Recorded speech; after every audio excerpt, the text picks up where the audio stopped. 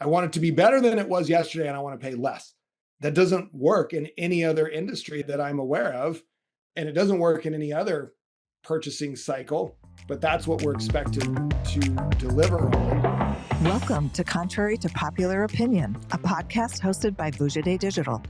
In each episode, we bring you provocative topics and novel perspectives around leadership, business, and marketing that defy the norms because exponential growth demands unconventional thinking and visionary action. So open your mind and let's get into this week's episode. Hey everyone, Toning the Wire with Vujade Digital. Excited to get into today's topics. Hello, this is Todd, Kelly's partner at Vujade. Welcome back, Kelly, from New York City. We were in New York all week last week, where it was 70 one day and snowing the next. Gotta love New York. So for the listeners, Kelly and I were in New York City all week last week with our indie agency community group we are a part of called Nostos. And if you're a marketing person and you're looking at agencies and you're looking at indie agencies, I would tell you to look at Nostos because it's a cool group of about 55 agencies. And we had our annual retreat in New York City where we talk about being an indie agency and we talk about all the things that impact our world and marketing and how we should go forth and support the people that need us most, which are marketing people at brands. And there was a panel that had some non-agency people in it, had some New York-based agency search consultants and had some fractional CMOs and some other marketing people.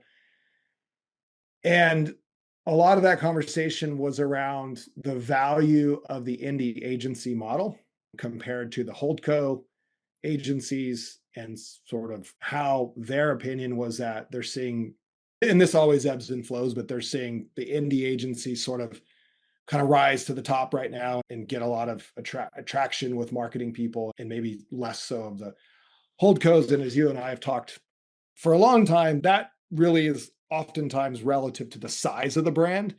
Indie agencies aren't always the recipients of brands that are spending hundreds of millions of dollars, or only the largest indie agencies are. But one thing that stood out for me in that panel and what was talked a lot about there, no surprise, was AI. And how AI is being used and who's using it and so on and so forth. And what didn't get talked about was what is AI really doing for agencies in a service-based industry and model? And what is it doing good? What is it harming? And ultimately, my question was, which I didn't get a chance to ask, which was, how does the marketing community, the brand marketing community, think about talent and technology in a way that somehow it's supposed to be getting cheaper?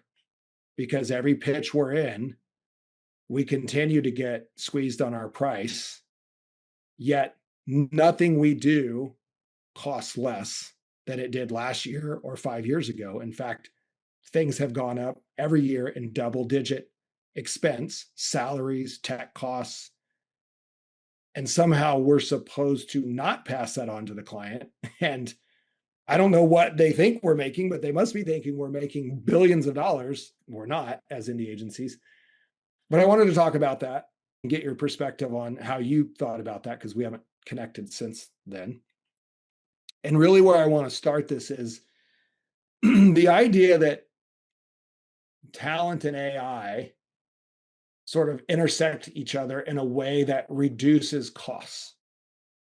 And what was widely acknowledged in this meeting now, after AI sort of been front and center to us agency folks and marketing people for call it 2 years now, is that really what it's done is enhance the execution layer and it's enhanced agencies' ability to pitch proprietary AI workflows and proprietary AI tools and proprietary optimization frameworks and really beautiful slides that present all this stuff really well. But what it's really doing is it's just simply saying that that makes everything about economics and it's really easy. And agencies have, as a result, had to remove a bunch of their experienced, high-priced people because they can't afford to pay them anymore because clients aren't paying them for those people. And that seems to be a problem because now we're faced with agencies who are really purely process driven. They're process agencies. They're using junior teams. They're using AI, a lot of automation frameworks. And the promises in the pitch is that, well, we have this great system that will figure out all your problems. And what we're trying to go to market with in the indie agency community is that's just part of the execution layer. And in order for that execution layer to really work, you actually need senior talent and you need judgment driven logic and strategy and experience and loyalty and tenure to power these systems. They don't just make this stuff up on their own and go forth. It's all coming from really smart humans.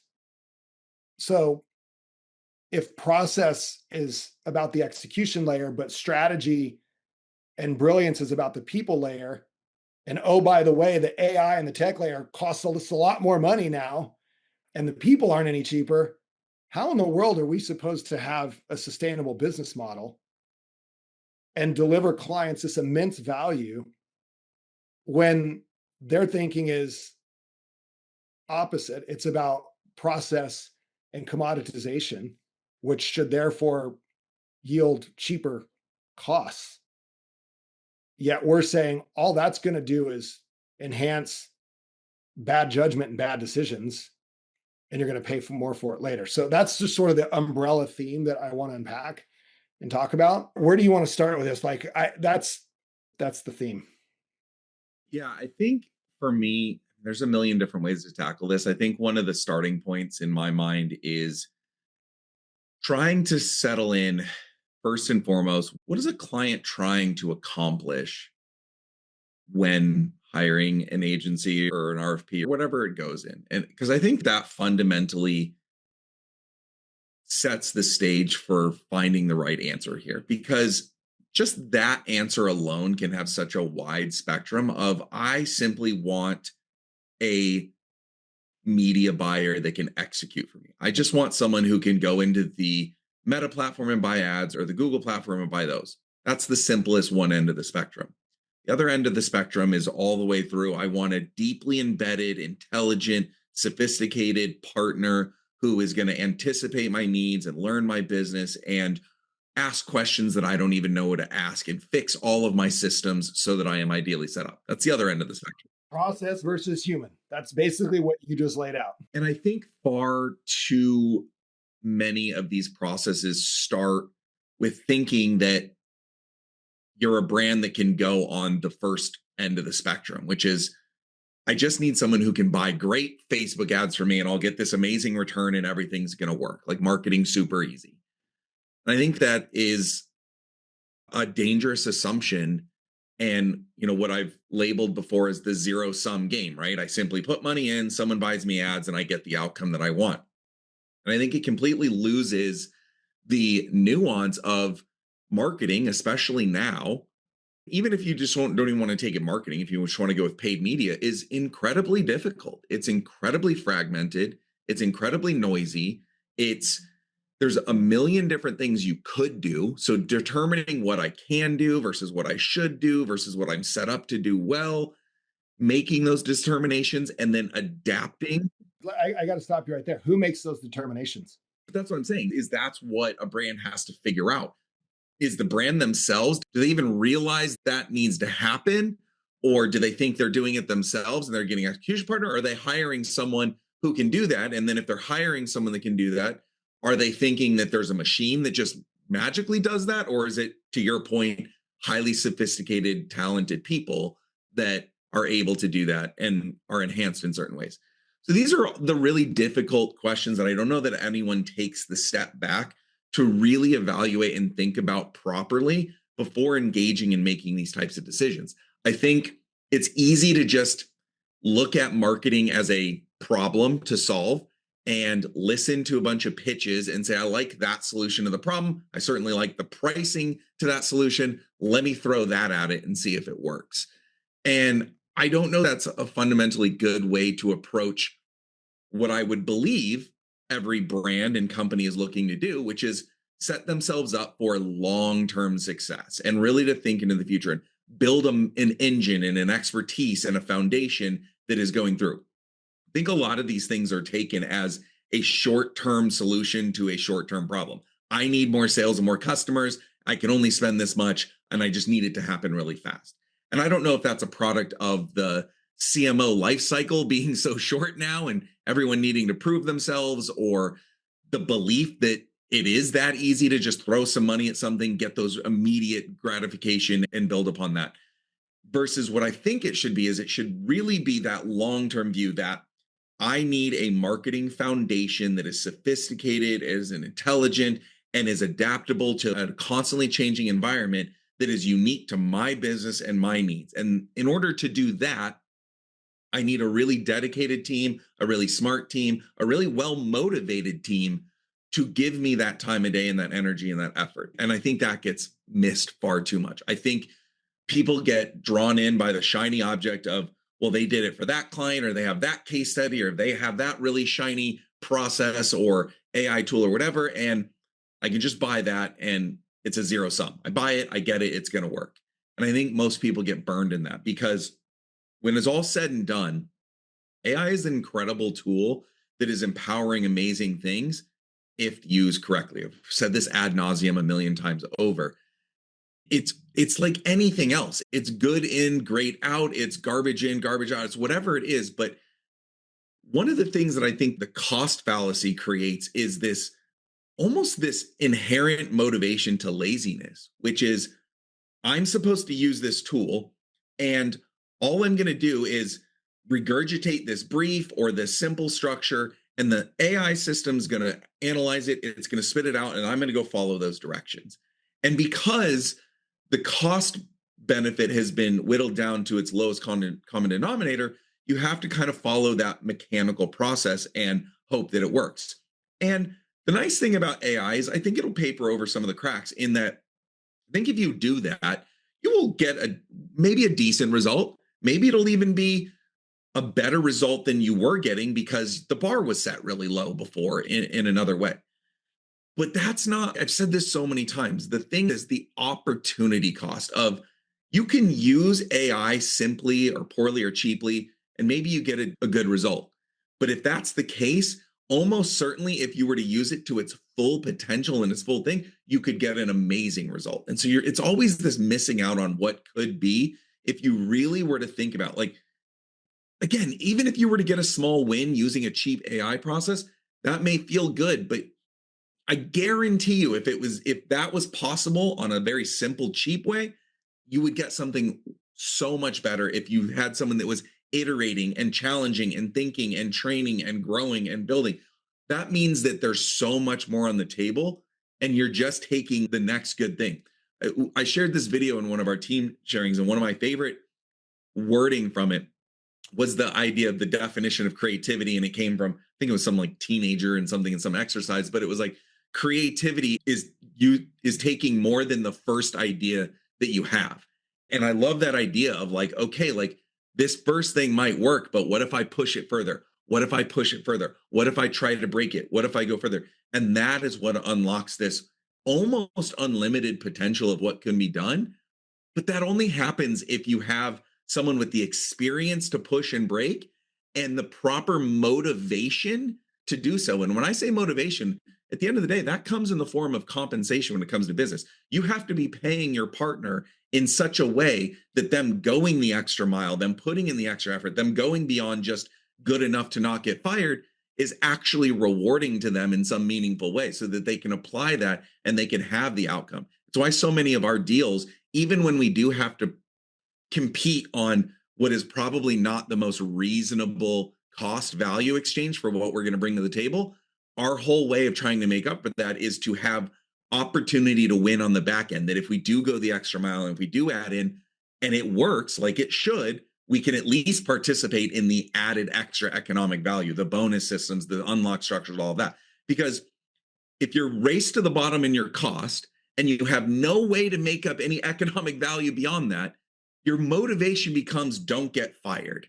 And why is that the relationship that anyone wants to have with the person who's supposed to be putting blood, sweat, and tears to improve your business and make everything work. It just doesn't make any sense that you would want to set that engagement up from the very beginning. Sounds like something that would result in a worse divorce rate than what California currently yields. Uh, yeah. So this is, I know these podcasts get posted on YouTube, and I don't know how many people listen to these things, but if there's a marketing community listening, I would love a marketing person to comment and tell me why in the world they think everything we should do should be cheaper today than what it was 5 years ago. Again, when the cost of the technology, so let's assume that AI and tech stacks are great at, they can help generate ideas quicker and maybe in more large swaths, right? We can get more ideas now and we can test more variations, analyze more data. But none of that decides what matters to the business. Only smart, strategic humans, the operators, can decide what matters and all of that. At least this is our experience. I have never seen AI be able to decide what matters most to a business. It's just the most experienced business people that are using those outcomes are able to then discern the nuances and decide what's going to matter the most. You know what's even funnier about what you're saying, and I don't want to go too far down this rabbit hole because it gets really technical, but it fundamentally gets worse what you just said as far as how AI can help make these determinations when you understand how AI actually works.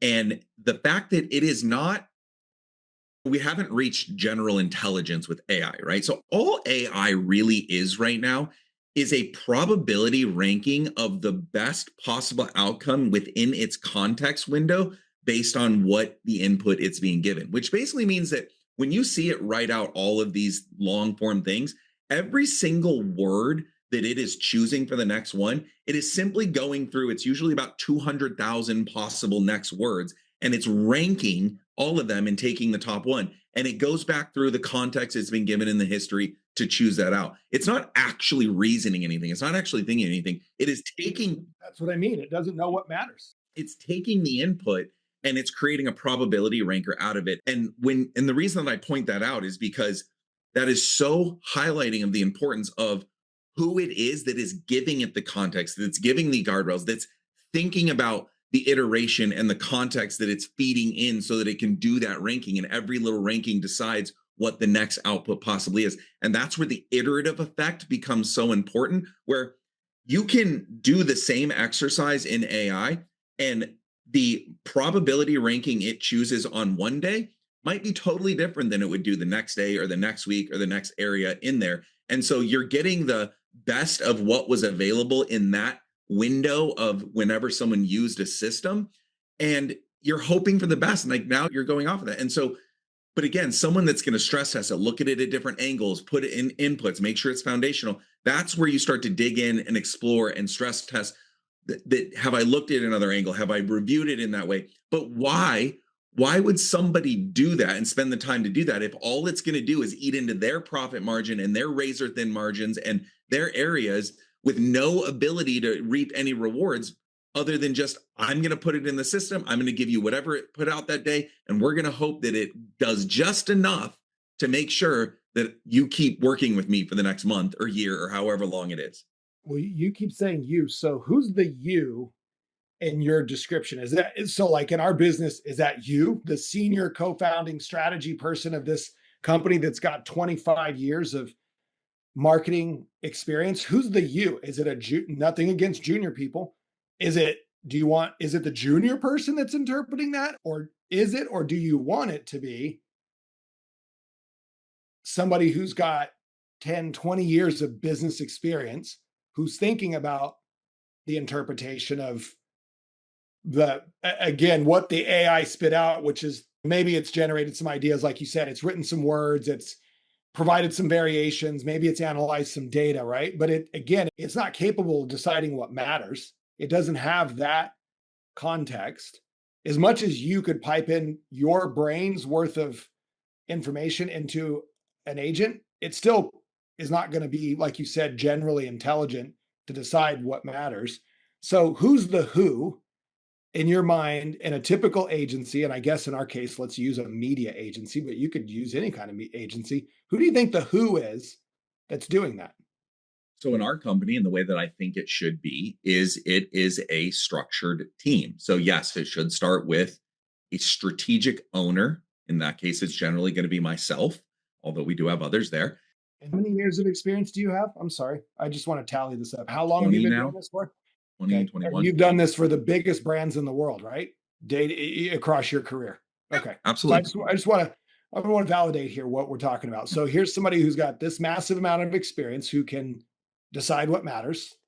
Who else is on the team? I think it needs to be an account manager, someone who is being compensated and motivated to deeply understand and own a relationship within a client, who's all things traffic control, who's organized, who has access to what are the reports, what's all the information, that knowledge base that gets created around a client and is that singular point of contact, because that's really important to have that day-to-day organizer. And then it's going to be made up of senior specialists in their specific execution field, data scientists and analysts who understand the nuances of data architecture and structure and metrics and trigger firing and everything that is collecting the data, and where it's accurate, where there's gaps, where there's proxy fill-ins to make sure that picture's right. It's going to be your channel manager, your people who know Meta and TikTok and all of the social platforms deeply inside out, the best practices, what's the latest and greatest, what's going in there, your search specialists, your Google, your Bing, all of your things that go into search and YouTube and everything, and know everything latest and greatest, are working with the teams, are stress testing the environment, and your programmatic specialists that are going to understand everything else, your CTV, your streaming, all your capabilities, your data providers, your every piece of knowledge that they do or do not have dictates what they're able to accomplish. And so, from the top strategy, from my vision and the account management's digestion of what the client's needs and goals are, that creates the blueprint and the North Star that everyone kind of tallies up to and understands what we're trying to accomplish and what the overall picture is. And then everyone has the expertise to know I'm responsible for a certain portion of the money that is meant to accomplish this clear overall goal. And I need to understand all of the levers that go into what makes my platform work. When I'm spending dollars on Meta, what is Meta's best practices? What's the data that has to be fed into? What's the architecture and the input that has to be set up? What is the creative needs that are going into? What are the metrics that I'm going to feed it? What are the limitations, the priorities, the nuances of the business? And how do I set that up in a way that it creates a data feedback loop that not only lets me make decisions, but powers an AI engine to properly look at both the narrow context of Meta amongst the broader picture of the entire marketing investments and all of the factors and variables that go into that. And that is a massive ecosystem. It is not simply buy more Facebook ads and it'll work better. You have to factor in your data targeting, your outcomes, your user journeys, your nurture cycles, your competitive landscape, your pricing structures, if you're going in retail, you got to look at distribution centers and sales channels and promo calendars. And it's this massive universe of variables that somebody with enough experience to understand how to map and think about all that can properly guide a system to think about, factor, tap into, and structure it. And on top of all of that, you also have to have people that can organize all of the moving parts so that there's not one missing piece that takes down the whole house of cards. You can't go and say, how should I do my media mix and my budget allocations, and then forget that you're missing a bunch of conversion data and a feedback loop that's going to guide it down the wrong road and not see the full picture. Or there's some cookie consent thing where you're missing a huge percentage of the picture. And so every decision it's telling you to do is on 60% of the picture and you're missing 40%. Or phone calls is a major thing and I'm not tracking and factoring that in. Or there's sales disruption, or there's all these things that if you don't have someone thinking about this business and understanding the full picture, you're just saying, I have money, I need more customers. AI, go tell me what I should do. Maybe it guesses and gets it right, or maybe it misses a whole lot of great that could have been figured out in that process. So what I heard you say is what somebody told me in that conference I should stand up and say because I would get a standing ovation was it takes a lot of really smart, experienced people to decide what matters with experienced judgment based on experience, using a lot of humans to foster creativity and collaboration and discussion and dialogue around the idea that AI frameworks and optimization process and all that stuff helps ultimately execute. But I heard you talk all about the people. And this is what I cannot, and I genuinely hope that if anybody's listening to this and they're not on the agency side and they're on the marketing side, that somebody can answer and riddle me this. Maybe I'll post this on LinkedIn. How does anyone expect to pay less today for that level of human strategy and growth sort of experience on top of, oh, by the way, as an agency, let me just riddle off.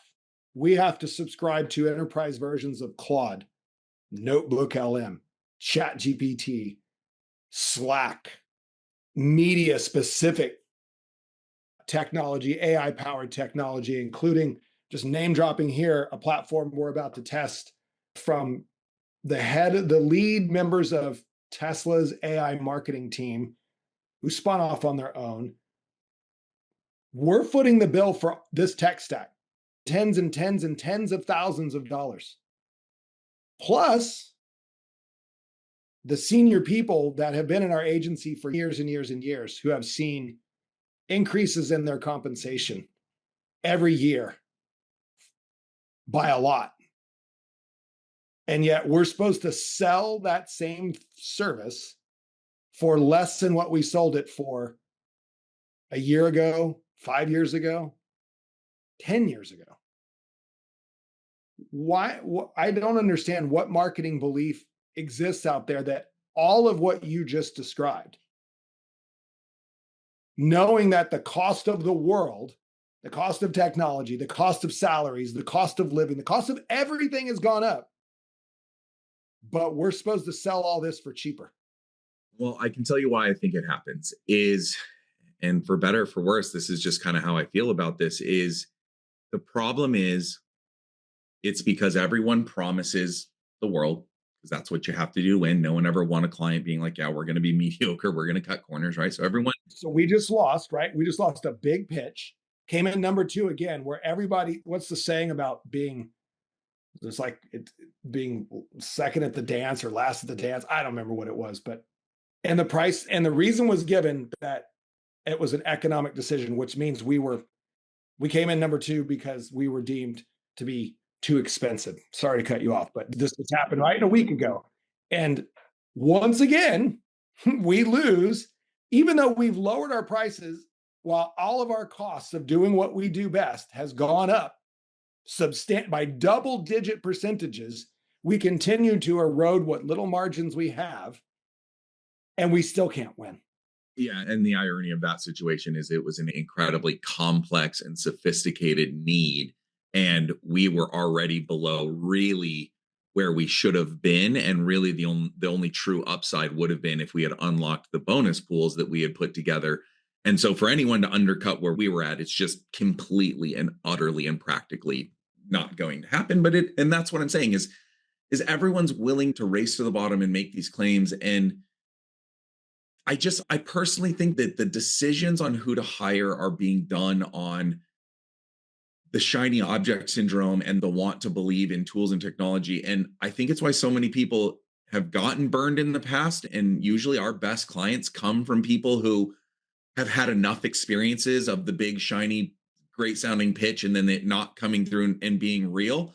And at the end of the day, I think people need to finally get to the point where what they are hiring is the engagement and the experience that they want to get from the team that they're going to work with, and not the fastest, biggest promise to get to the unrealistic outcome that I want. And I just don't know.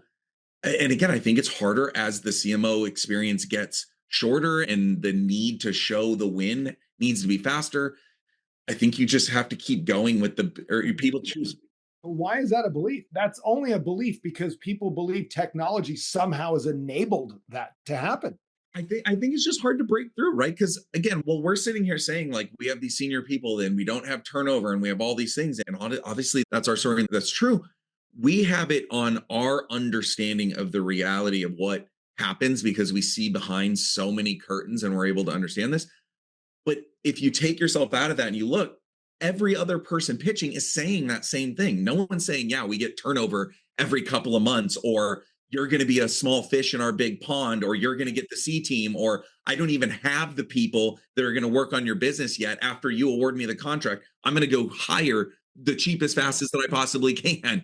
Like, no one's saying that. We know that's the reality, but it's not being said. And so I don't know. How do you break through and understand? I mean, people, particularly salespeople, are very compelling and very believable and very charming on certain things. And I don't know. It's hard. That's why I said I want any marketing person, and I'll have to maybe post this on LinkedIn. I want one CMO to come to me and tell me why they should pay less for senior tenured talent and expensive technology. I want them to justify why they should pay less for that today than they did yesterday. There's no world, there's no reality, there's no anything I buy in this world today that I get to say I want it for cheaper than it cost yesterday and I want more from it. I want it to be better than it was yesterday and I want to pay less. That doesn't work in any other industry that I'm aware of. And it doesn't work in any other purchasing cycle, but that's what we're expected to deliver on. It's funny too, because even in the best case scenario where it works and you're like, okay, I bought the platform, it was cheaper, and I got the pop, I got the win. Even in the best case scenario, if that works, you're still setting yourself up for long term failure because eventually that sort of dead cat bounce is going to run out, right? Like you're going to reach a ceiling with that. You're going to lose institutional knowledge and expertise or motivation to go above and beyond or to break out. Like, again, I just don't understand the concept of wanting to motivate a partner who you're relying for a pretty critical part of your business and growth to do the bare minimum or to cut corners or to find the cheapest route. Like, I don't understand why that is ever supposed to lead to the longest term best outcome. Like, I would want the partner who is lockstep with me and wins when I win and benefits and has every reason to give me their best and their priority and their top and everything.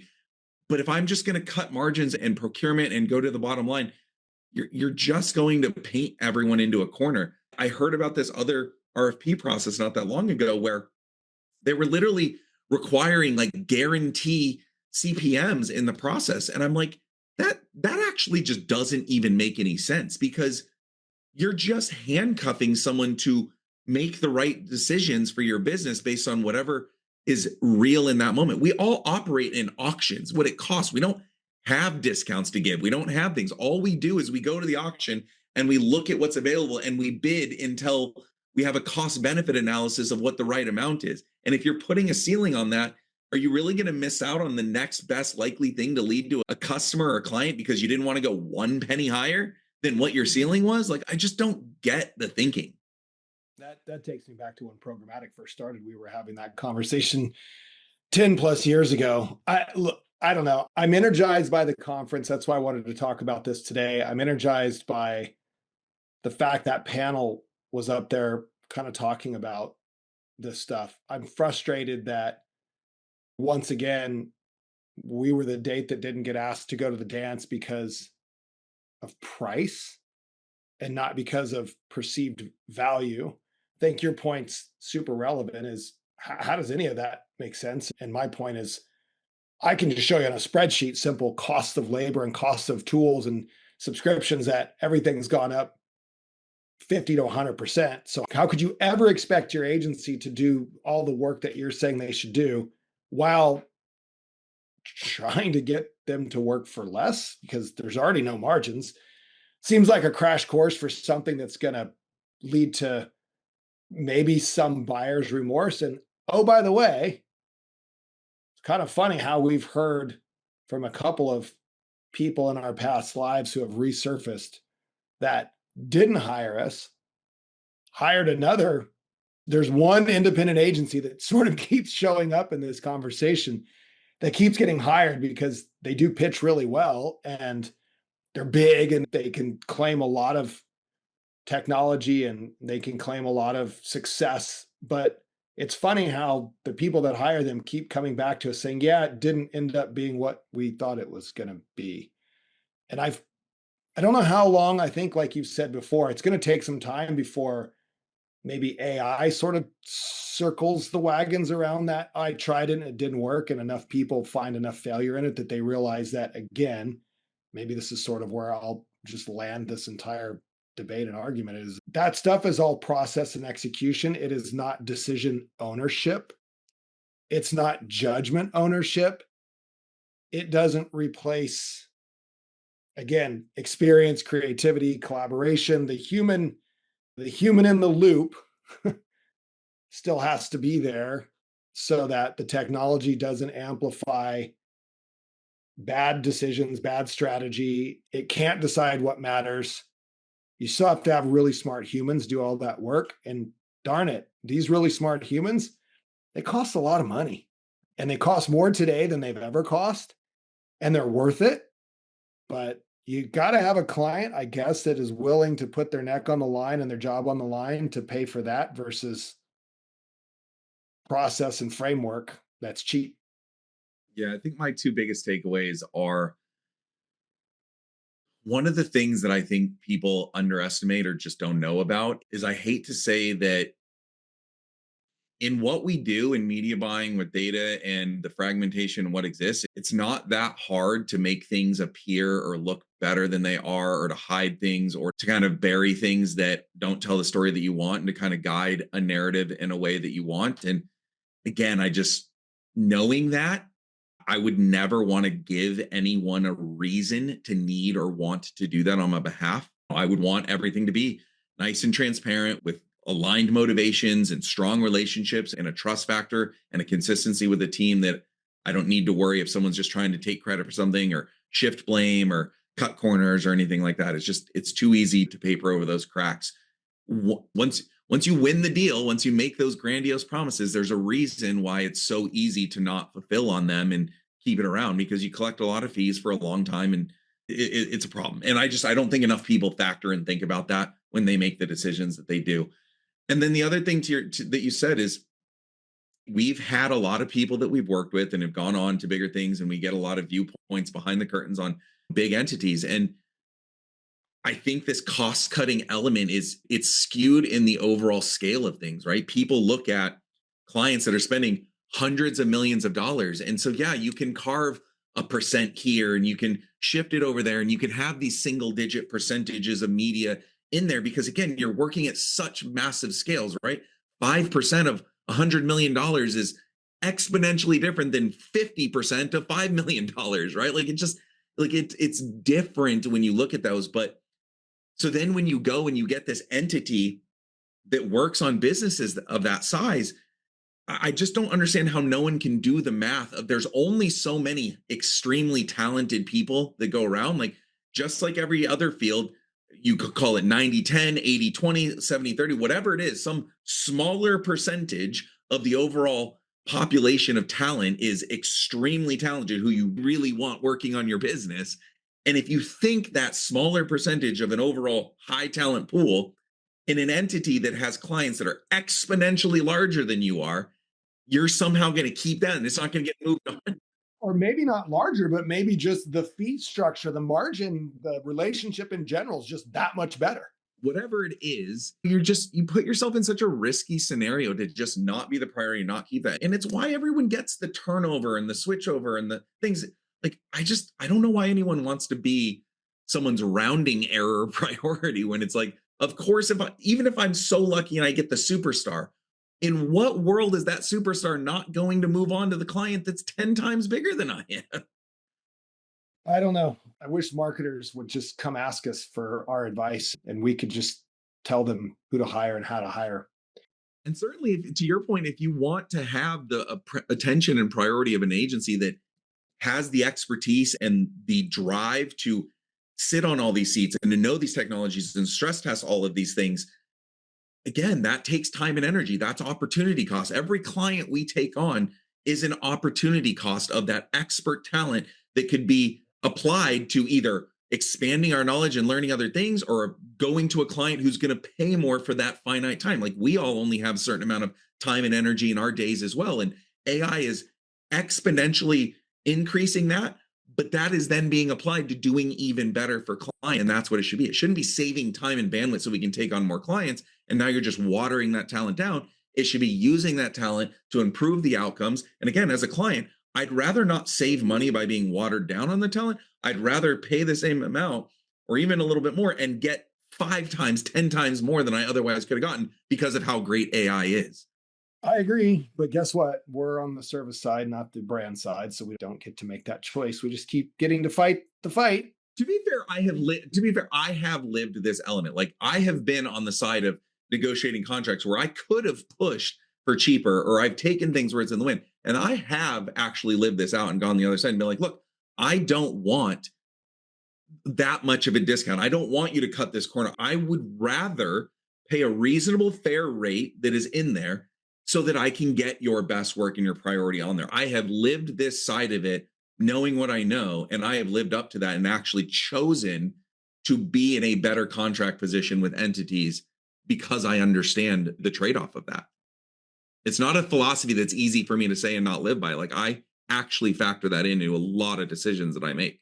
Yes, I know we treat the service providers that we hire that way for that same logic. It's too bad that same logic doesn't exist in critical scale for the people that hire us because of whatever reasons and pressures they're under. Well, that's my rant, which might be very contrary to a lot of the CMO suite opinion, but I don't care because logic is logic and you can't get more by paying less. It just doesn't work. The universe doesn't work that way. If you want more, you have to pay more. So for those of you who are looking for more, come get it. For those of you who want things on the cheap, good luck. And look, if you're getting what you pay for, you will feel it. It's a weird thing. But like, you should feel it in the relationship you have. You should have this warm, fuzzy feeling that your account manager, that your strategists are thinking about your business. They're pushing you. Like, you will feel it and experience it differently, even if it takes time to show up on the bottom line or where you want to be. There's not always a silver bullet to get to the exact high, lofty goals that every business has, but you will experience it and feel confident in everything you're going through if you just simply set yourself up for that success. And it will be exponentially worth it in the long run. But what is the saying? Buy it right or buy it twice kind of thing. Like, you know what that feeling is, Kelly? It's called vujade. It's the opposite of deja vu. And it's a reason why our brand promises that. So, all right, enough ranting. I'll leave it at that. We'll have to put some posts on LinkedIn and see if we can get some CMOs to listen to this and comment, because I challenge any CMO to comment to me why you think you should pay less for more. And I want to have that debate. Maybe someone will even come on the show as a guest and we can have that debate. And their counterpoint can be argued here. Open invitation for anyone listening. Thanks. Welcome back. We got a lot to catch up on, so I will let you go. And I will talk to you in 2 weeks on our next show. Thanks, everyone. Thanks for listening to Contrary to Popular Opinion, where we challenge you to think independently, push the limits, and take uncommon action so you can achieve game-changing results in your business and your life. To stay up to date with our latest episodes, be sure to click the follow or subscribe button now. Thanks again for listening. See you next time.